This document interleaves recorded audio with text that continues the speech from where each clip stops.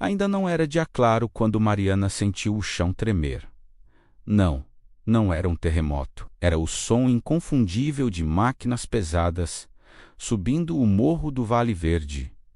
O coração dela disparou. Ela sabia o que aquilo significava. Eram 5 da manhã de uma terça-feira qualquer e a comunidade acordava com seu pior pesadelo.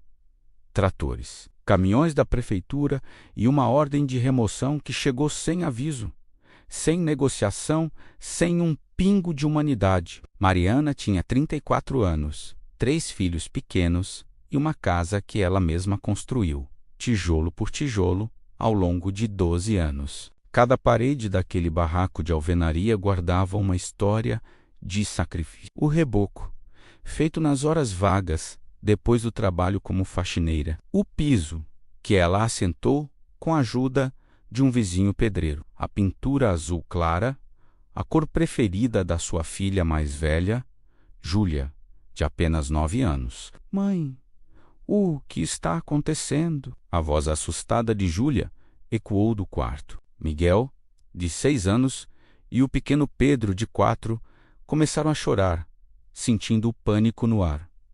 Mariana não tinha resposta. Quer dizer, ela tinha, mas como explicar para 3 crianças que o único lar que elas conheceram, onde nasceram, cresceram e fizeram amigos, poderia virar pó em questão de horas? Lá fora, o caos já estava instalado. Vizinhos saíam correndo de suas casas, alguns ainda de pijama, todos com a mesma expressão de terror e indignação no rosto. Dona Conceição, uma senhora de 67 anos, que morava 3 casas abaixo, estava sentada na calçada, chorando e agarrada a uma foto antiga de família. Seu Antônio, o dono do mercadinho da esquina, gritava com os fiscais da prefeitura, exigindo explicações que ninguém parecia disposto a dar. É ordem judicial, senhor. Área de risco. Vocês têm 2 horas para retirar seus pertences, disse um homem de terno escuro, protegido por seguranças particulares que mantinham uma distância calculada dos moradores revoltados. Área de risco. 2 palavras que viraram uma sentença de morte para dezenas de famílias. Mariana conhecia aquela ladeira como a palma da sua mão. Sim, quando chovia forte, a água descia com força pelas vielas. Sim, havia problemas de infraestrutura que a prefeitura ignorou por décadas, mas área de risco de verdade eram as mansões de luxo construídas ilegalmente nas encostas da Zona Sul, aquelas que ninguém nunca ousava ameaçar de demolição. A ironia era cruel. Eles foram empurrados para aquele morro justamente por não terem onde morar. Durante anos, a prefeitura fingiu que a comunidade nem existia, menos sem saneamento básico, sem coleta de lixo regular, sem posto de saúde por perto.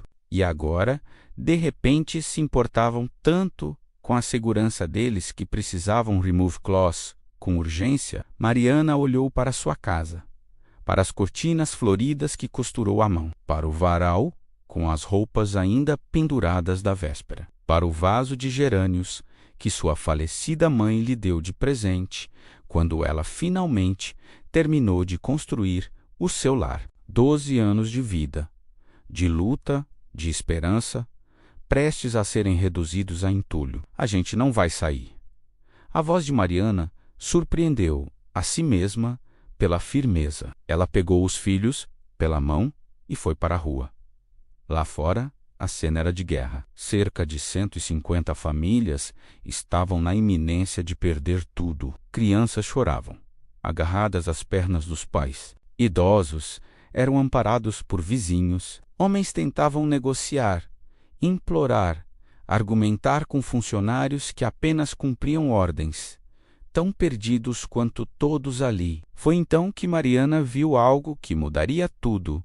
Uma jovem com um celular na mão, filmando toda a ação. Era Thaís, estudante de jornalismo da universidade pública, moradora da comunidade desde que nasceu. Estão vendo isso? Thaís narrava para a câmera do celular, a voz trêmula de raiva. É assim que o poder público trata famílias trabalhadoras, sem aviso, sem diálogo, sem respeito.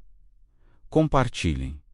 O Brasil precisa saber o que está acontecendo aqui. Em poucos minutos, o vídeo começou a viralizar. Os comentários de indignação se multiplicavam. Pessoas ofereciam ajuda. Advogados voluntários se manifestavam. A mídia local foi acionada, mas enquanto a mobilização digital crescia, a ameaça física continuava ali, real e barulhenta. Os tratores continuavam ligados, seus motores roncando como predadores prontos para atacar. A ordem era clara. Até às 7 da manhã, a remoção começaria, com ou sem a cooperação dos moradores. Mariana olhou ao redor. Viu rostos conhecidos. Famílias que eram como parentes. Dona Conceição, que cuidava de Júlia quando ela precisava fazer hora extra. Seu Jorge, que sempre lhe dava uma carona quando precisava levar o pequeno Pedro ao hospital. Cláudia, a vizinha com quem dividia o pouco que tinha nos dias mais difíceis. Não era apenas uma casa que estavam ameaçando destruir. Era uma comunidade inteira, um tecido social construído com anos de solidariedade e resistência. Foi nesse momento que Mariana tomou a decisão mais importante da sua vida. Ela não lutaria apenas pela sua casa, lutaria por todas elas. Não aceitaria ser jogada em algum conjunto habitacional distante, longe do emprego, da escola das crianças, da vida que construíram ali. Não deixaria que transformassem suas famílias em números, suas casas em estatísticas de remoção. Ninguém sai. Sua voz cortou o ar, mais forte e clara do que nunca. Ninguém destrói nossas casas. Nós temos direito de estar aqui. Era o início de uma batalha que iria testar não apenas a determinação de Mariana, mas todo um sistema que por décadas empurra os mais pobres para as margens e depois os culpa por estarem lá.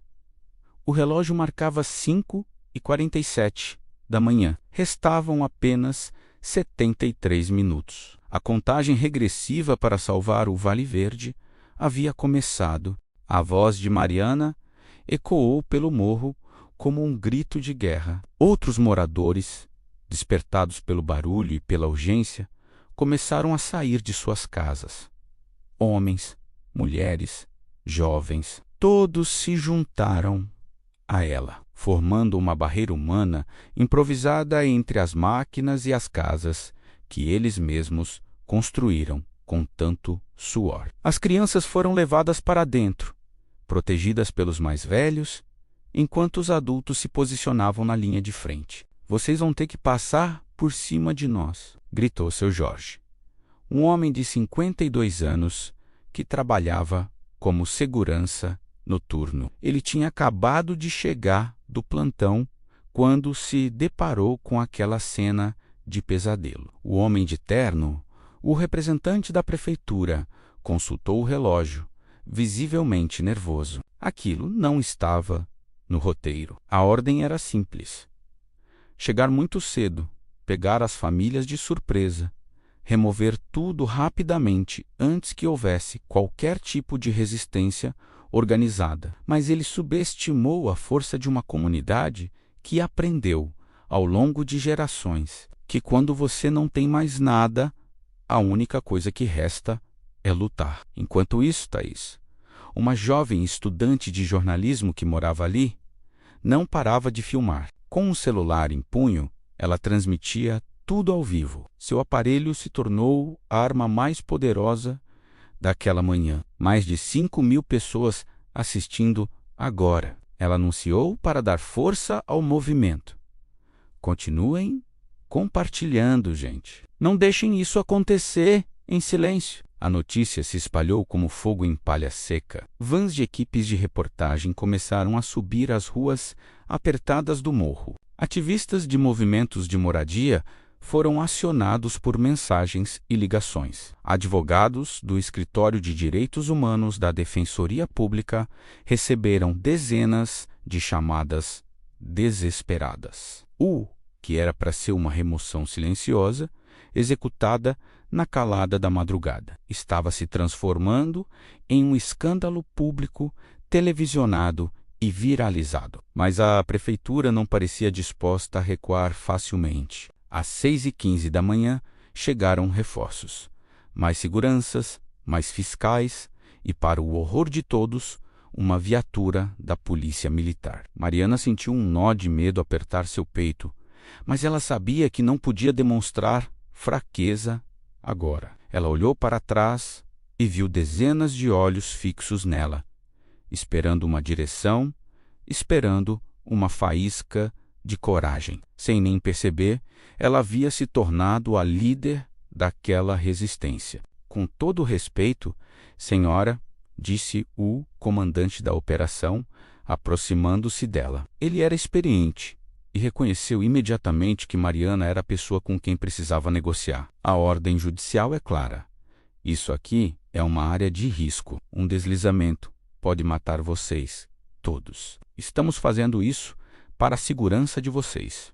Segurança? Mariana riu, mas foi uma risada amarga. Sem humor, onde estava essa preocupação toda com segurança quando meu filho teve pneumonia e eu levei 2 horas para descer o morro com ele nos braços? Porque não tem ambulância que suba aqui? Onde estava essa segurança quando as crianças adoeceram porque o esgoto corre a céu aberto na nossa porta? Só agora se importam com a gente? Ela puxou um papel amassado do bolso da calça. Era uma reportagem antiga que ela tinha guardado. Um pressentimento, talvez. Sabe o que vai ser construído aqui depois que tirarem a gente? Um empreendimento imobiliário de luxo. Apartamentos de R$ 1 milhão com vista privilegiada para a cidade. Isso não é sobre a nossa segurança. É sobre limpar a área para quem tem dinheiro. O comandante desviou o olhar por um instante. Ele era apenas um funcionário cumprindo ordens. Mas algo na verdade crua das palavras de Mariana o atingiu. O desarmou momentaneamente. Foi nesse exato momento que chegou a doutora Patrícia, advogada da Defensoria Pública. Ela tinha visto a transmissão ao vivo de Thaís e saiu correndo do escritório. Seus cabelos estavam presos apressadamente e ela ainda usava tênis de corrida, pois não teve tempo de trocar o calçado. Alguém aqui pode me mostrar a ordem judicial? Ela perguntou com a autoridade de quem conhece a lei e sabe como usá-la. O homem de terno hesitou, mas acabou entregando os documentos. Doutora Patrícia leu rapidamente, seus olhos se estreitando a cada linha. Isso aqui tem diversos vícios jurídicos. Primeiro, a notificação prévia é obrigatória, com no mínimo 30 dias de antecedência. Isso não foi feito. Segundo, é necessário um laudo técnico atualizado comprovando o risco iminente. E esse laudo que vocês têm aqui tem mais de 2 anos. Terceiro e mais importante, a lei exige um plano de reassentamento adequado para as famílias, estabelecido previamente, com audiências públicas para discutir as opções. Nada disso foi feito. Ela ergueu o papel para que todos vissem. Essa remoção, do jeito que está sendo feita, é ilegal. E se prosseguirem, todos os responsáveis aqui responderão civil e criminalmente por seus atos. Um murmúrio de esperança percorreu a multidão. As pessoas se olharam, um fio de alívio passando por seus rostos tensos. Mas o comandante da operação recebeu uma ligação. Ele se afastou para atender e, quando voltou, sua expressão estava sombria. Minhas ordens são para prosseguir. A senhora pode entrar com recurso, mas até lá nós vamos cumprir o mandado. Era o impasse. De um lado, a lei sendo questionada, mas ainda vigente no papel que o comandante segurava. Do outro, dezenas de famílias dispostas a resistir com os próprios corpos para proteger suas casas. E no meio,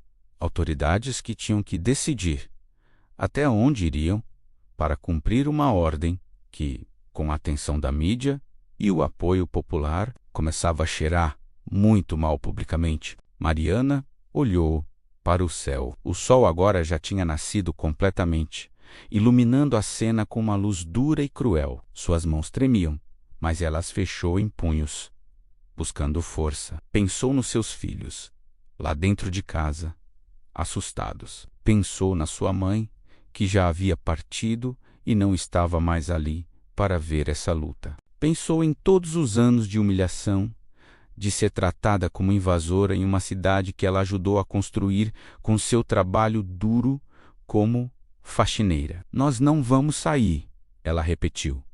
E dessa vez, sua voz não tremeu nem um pouco. Era a voz de uma leoa protegendo seus filhotes. Podem nos prender, podem nos arrastar, mas nós não vamos sair andando.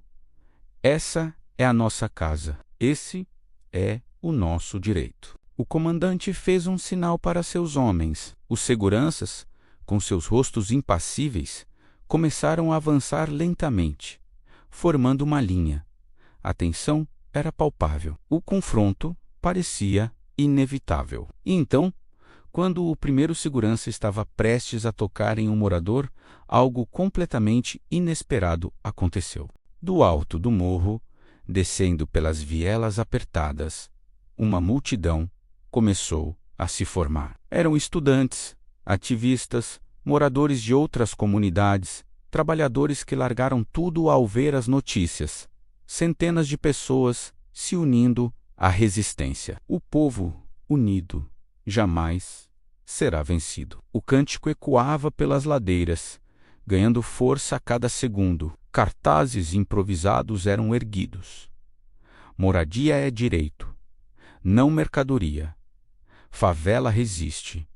Nossas casas, nossas vidas. O comandante da operação, um homem de rosto sério, parou, desconcertado. Aquilo tinha fugido completamente do controle. Não eram mais apenas os moradores da comunidade do Vale Verde. Era um movimento e estava sendo transmitido ao vivo para milhares de pessoas. Mariana sentiu lágrimas quentes escorrendo pelo rosto. Mas dessa vez não eram de medo.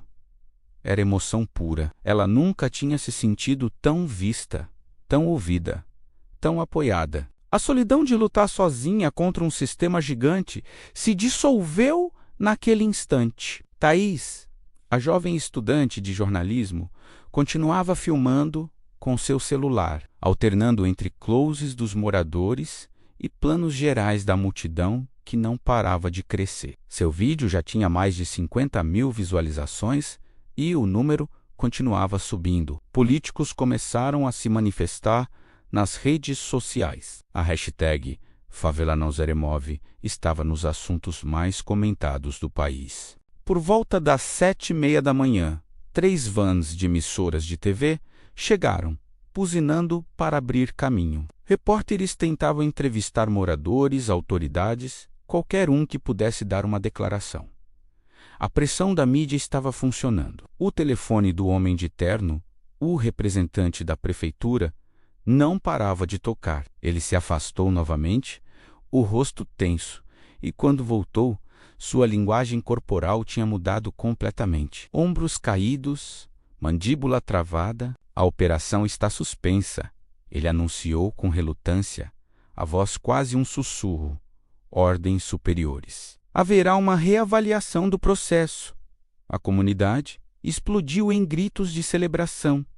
Pessoas se abraçavam, choravam, riam. Crianças que tinham sido escondidas nas casas mais seguras voltaram correndo para os braços dos pais. Dona Conceição, com seu rosto enrugado e bondoso, caiu de joelhos, agradecendo a Deus e a todos os santos que conhecia. Mas Mariana, no meio da euforia, não celebrou. Ela sabia que aquilo era apenas uma pausa, não uma vitória. Suspensa não é cancelada, ela disse para a doutora Patrícia, a advogada da Defensoria Pública, que estava ao seu lado. Exatamente, a advogada concordou, com seu olhar inteligente. Ganhamos tempo, mas a luta está longe de terminar. Agora precisamos nos organizar, juntar documentação, provar que vocês têm o direito de permanecer aqui. E assim começou a segunda fase da Batalha de Mariana. Uma batalha diferente, sem tratores e polícia, mas talvez até mais difícil. A batalha burocrática. Legal. Aqui aconteceria em escritórios, tribunais e audiências públicas. Nos dias seguintes, a comunidade do Vale Verde se transformou. Um coletivo de advogados voluntários montou um escritório improvisado na casa de seu Jorge, aquele senhor de rosto marcado pela bravura. Arquitetos e engenheiros se ofereceram para fazer um laudo técnico independente para mostrar que o tal risco era uma desculpa. Assistentes sociais começaram a documentar as histórias de cada família, dando rosto e voz à estatística. Mariana, que mal tinha terminado o ensino fundamental, se viu no centro de tudo. De repente, ela estava em reuniões com advogados, dando entrevistas para jornais, sendo convidada para falar em universidades sobre direito à moradia. Ela, uma faxineira, ensinando doutores sobre a vida real. Thaís, que continuava documentando tudo, tinha se tornado uma espécie de assessora de imprensa não oficial do movimento. Você se tornou um símbolo, Mari. Ela disse um dia. Eu não quero ser símbolo, Mariana respondeu, exausta depois de mais uma reunião que durou horas. Eu só quero que meus filhos, a Júlia, o Miguel e o Pedrinho, tenham um lugar para chamar de casa. Mas no fundo, ela tinha aprendido algo poderoso. Sua luta individual tinha se conectado com milhares de outras lutas. Não era apenas sobre a casa dela, era sobre todas as famílias empurradas para as margens, sobre décadas de políticas que ignoram os pobres, sobre um sistema que criminaliza a pobreza enquanto protege a riqueza, muitas vezes ilegal. 3 semanas depois daquele dia tenso, aconteceu a primeira audiência pública. O auditório da Câmara Municipal estava lotado. De um lado, os moradores do Vale Verde e seus apoiadores. Do outro, representantes da prefeitura, da construtora interessada no terreno e técnicos contratados para defender a remoção. Mariana foi convidada a falar. Seus joelhos tremiam quando ela subiu ao microfone. Havia câmeras por toda parte, autoridades importantes, advogados com ternos caros que olhavam para ela como se fosse invisível. Ela respirou fundo, olhou para os rostos amigos na plateia e começou. Meu nome é Mariana Silva, tenho 34 anos, 3 filhos e trabalho como faxineira em 3 casas diferentes para poder sustentar minha família. A voz dela era firme. Eu não sei falar bonito como os advogados aqui. Não estudei direito nem arquitetura, mas eu sei o que é construir uma casa com as próprias mãos. Eu sei o que é economizar cada centavo durante anos para comprar um saco de cimento. Eu sei o que é dormir no chão para que os filhos tenham uma cama.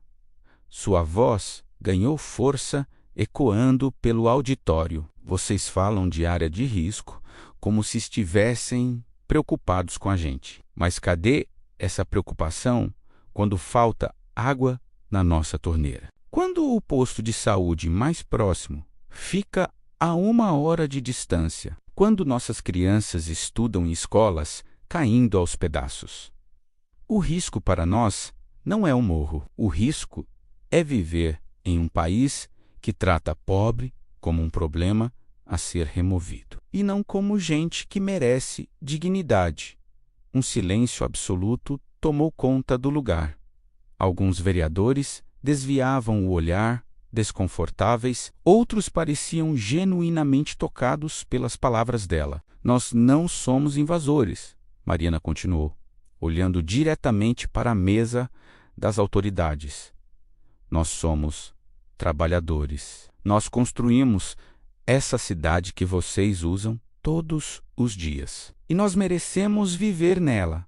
Quando ela terminou, metade do auditório se levantou em aplausos. Eram aplausos que não vinham só das mãos, mas do coração. Aquele discurso não foi apenas a defesa de uma casa. Foi a declaração de que a dignidade não tem preço e não pode ser demolida. A luta estava longe do fim, mas naquele momento, a voz de Mariana se tornou a voz de milhões. Os meses que se seguiram foram, sem dúvida, os mais difíceis da vida de Mariana. A batalha nos tribunais parecia não ter fim.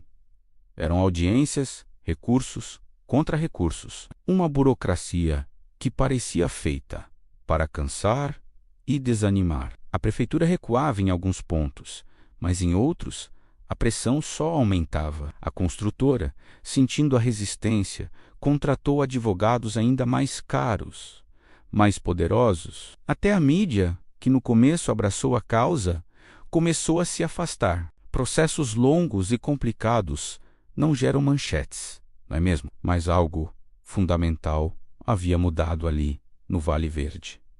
A semente da união, plantada naquele dia de desespero, tinha germinado e dado frutos. A comunidade agora estava organizada. Eles criaram uma associação de moradores oficial, com presidente, vice, tudo direitinho. E mesmo tentando recusar, Mariana foi eleita presidente por unanimidade. Dona Conceição, com aquela sabedoria de quem já viu de tudo na vida, colocou a mão no ombro dela e disse: Mariana, você começou isso. Agora precisa ver até o fim. E ela viu. Com a ajuda de arquitetos voluntários que se sensibilizaram com a causa, eles desenvolveram um plano alternativo. Em vez da remoção, a proposta era de urbanização. Provaram com dados, com plantas, com números, que era possível construir muros de contenção adequados, instalar um sistema de drenagem eficiente, regularizar as terras e melhorar a infraestrutura de todo o bairro. E o mais importante, provaram que essa solução custaria menos aos cofres públicos do que o reassentamento forçado de centenas de famílias. Foi uma verdadeira batalha de Davi contra Golias. Mas aquele Davi, o povo do Vale Verde, tinha armas que Golias não podia comprar.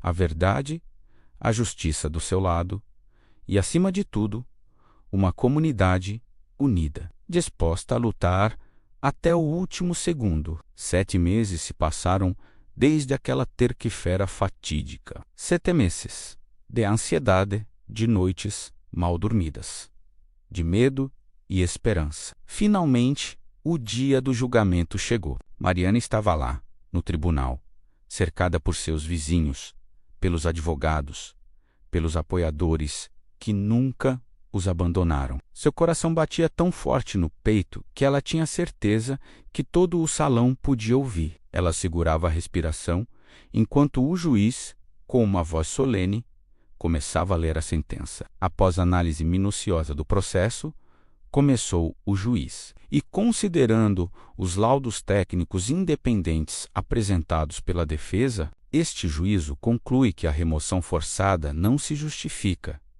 Mariana sentiu o corpo inteiro tremer. A área apresenta riscos que podem e devem ser mitigados através de obras de urbanização adequadas.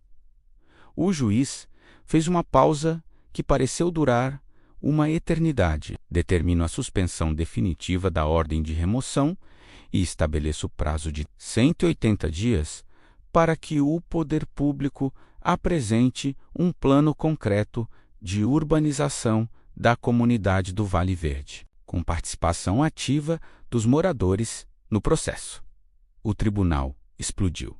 Gritos, choros, abraços. Uma onda de alívio e alegria tomou conta de todos. Mariana mal conseguia ficar de pé. Eles tinham vencido. De verdade. Contra tudo e contra todos, eles tinham vencido. Thaís, a jovem estudante de jornalismo, com sua câmera sempre pronta, filmou cada segundo daquele momento histórico. O vídeo da vitória viralizou tanto quanto o da resistência. As imagens de Mariana sendo carregada nos ombros pelos vizinhos, de Dona Conceição chorando de felicidade, das crianças pulando, sem entender direito, mas sentindo a energia daquele momento. Essas imagens rodaram o Brasil, mas a verdadeira vitória, aquela que se constrói no dia a dia, ainda estava por vir, pressionada pela decisão judicial e pela opinião pública. A prefeitura não teve outra escolha a não ser cumprir o que foi determinado. As obras de urbanização finalmente começaram, muros de contenção seguros foram erguidos nas encostas. As ruas de terra batida foram pavimentadas. O esgoto, a céu aberto, deu lugar a um sistema de saneamento adequado. E o mais bonito de tudo era ver a comunidade participando de cada decisão, através da associação de moradores. Eles opinavam, fiscalizavam, trabalhavam juntos. Mariana acompanhava tudo de perto. Às vezes, precisava faltar em um de seus empregos de faxineira para ir a uma reunião importante. O dinheiro ficava mais curto, mas nunca faltava um prato de comida, um vizinho que ajudava a olhar as crianças. Essa era a força do Vale Verde. Ninguém ali lutava sozinho. 1 ano e meio se passou desde aquela madrugada de terror. Mariana estava em sua casa. Agora, uma casa com escritura, com endereço oficial, com código de endereço postal. A fachada estava pintada de um azul claro, a cor preferida de Júlia. No pequeno quintal, os gerânios que eram de sua mãe floresciam, coloridos e cheios de vida. Júlia, agora com 11 anos, fazia lição de casa na mesa da cozinha. Miguel e Pedro brincavam no quarto, que finalmente eles conseguiram mobiliar direito. Na TV, o noticiário local anunciava um novo projeto de urbanização inspirado no modelo bem-sucedido do Vale Verde. Mãe, Júlia chamou, quebrando o silêncio. A professora pediu para a gente escrever sobre alguém que a gente admira. Posso escrever sobre você? Os olhos de Mariana se encheram d'água. Ela abraçou a filha e disse, com a voz embargada, escreve sobre a comunidade inteira. Filha, sobre cada pessoa que ficou de pé comigo naquele dia. Essa vitória não foi só minha, foi nossa. Naquela noite, depois de colocar as crianças para dormir, Mariana foi até a varanda e olhou para o morro. As luzes das casas brilhavam na escuridão. Cada luzinha daquela era uma vitória. Outras casas, outras famílias, outras histórias. Uma vitória contra um sistema que por tanto tempo tentou apagá-los. Seu celular vibrou. Era uma mensagem de Thaís. Mari, tem uma organização não governamental internacional que quer conhecer nosso caso. Pode ajudar outras comunidades. Topa uma reunião? Mariana sorriu. Ela entendeu que a luta nunca terminava de verdade. Mas não era mais aquela luta desesperada pela sobrevivência. Era algo maior. Era sobre transformar o sistema tijolo por tijolo, assim como ela tinha reconstruído sua casa. Topo! Ela digitou de volta. Ela entrou, trancou a porta menos a sua porta da sua casa, que ninguém nunca mais ameaçaria tirar dela menos, e foi dormir. Pela primeira vez em quase 2 anos, dormiu um sono profundo, sem pesadelos de tratores e demolições. O Vale Verde permanecia de pé. E Mariana, aquela mulher simples, faxineira, mãe, aprendeu a lição mais importante de todas. Quando pessoas comuns se recusam a aceitar a injustiça. Quando se unem e lutam com coragem, o impossível se torna possível. A história de Mariana e do Vale Verde é fictícia, mas representa a realidade de milhões de brasileiros. É uma homenagem a cada comunidade que resiste, que se organiza e que prova todos os dias que a favela não é o problema. A favela é solução, é potência, é vida. E essa é uma vitória que nenhum trator jamais poderá destruir. Obrigado por assistir e por se emocionar com a gente. Se essa história também te tocou, deixe seu like, se inscreva no canal e compartilhe, para que a voz de mais Marianas e de mais Vales Verdes possa ser ouvida. Até a próxima!